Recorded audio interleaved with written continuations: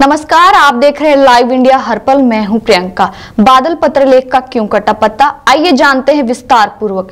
पिछले कई महीनों से बादल पत्रलेख का सियासी मिजाज बदला नजर आ रहा था।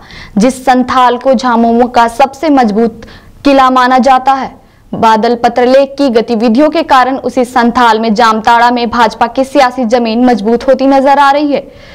कांग्रेस रणनीतिकारों के अंदर यह सवाल गहराने लगा था कि जिस चेहरे को मंत्री पद से नवाजा गया, जिसके कारण दूसरे विधायकों की नाराजगी भी मोल लेनी पड़ी, वह खुद भी भाजपा के साथ गलबहिया करता नजर आ रहा है।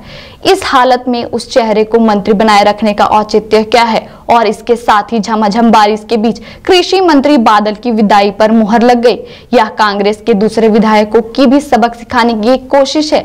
करीबन 5 महीने के बाद 28 जून को पूर्व सीएम हेमंत सोरेन ने जैसे ही होटवार जेल से बाहर कदम रखा, झारखंड की सियासत में उलटफेर की आहट तेज हो गई।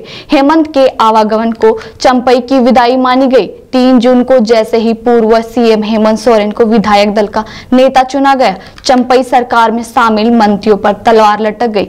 खासकर कांग्रेस कोटे के मंत्री के अंदर बेचैनी तेज हो गई। सबकी निगाह हेमंत सोरेन के अगले कदम पर टिक गई। अंदर खाने मोर्चे बंदी तेज थी।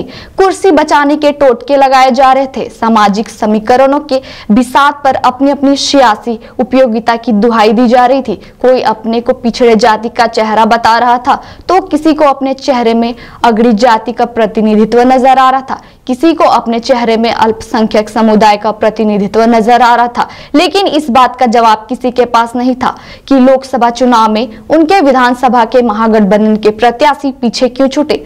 दरअसल 1 सप्ताह पहले जब चंपई मंत्रिमंडल के विस्तार की खबर आई थी, कांग्रेस प्रत्याशी गुलाम अहमद मीर ने इस बात पर संकेत दिया था कि सिर्फ आलमगीर आलम से खाली हुई सीट को ही नहीं भरा जाएगा, वर्तमान मंत्री के कागजात की समीक्षा भी होगी, और यदि जरूरत महसूस हुई तो मंत्रिमंडल के चेहरे में बदलाव भी होगा।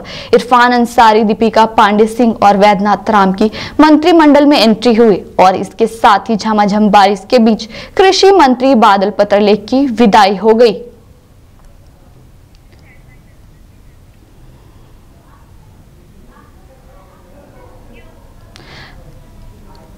अभी के लिए मेरे साथ अभी के लिए इतना ही। बने रहे लाइव इंडिया हर पल पे। धन्यवाद।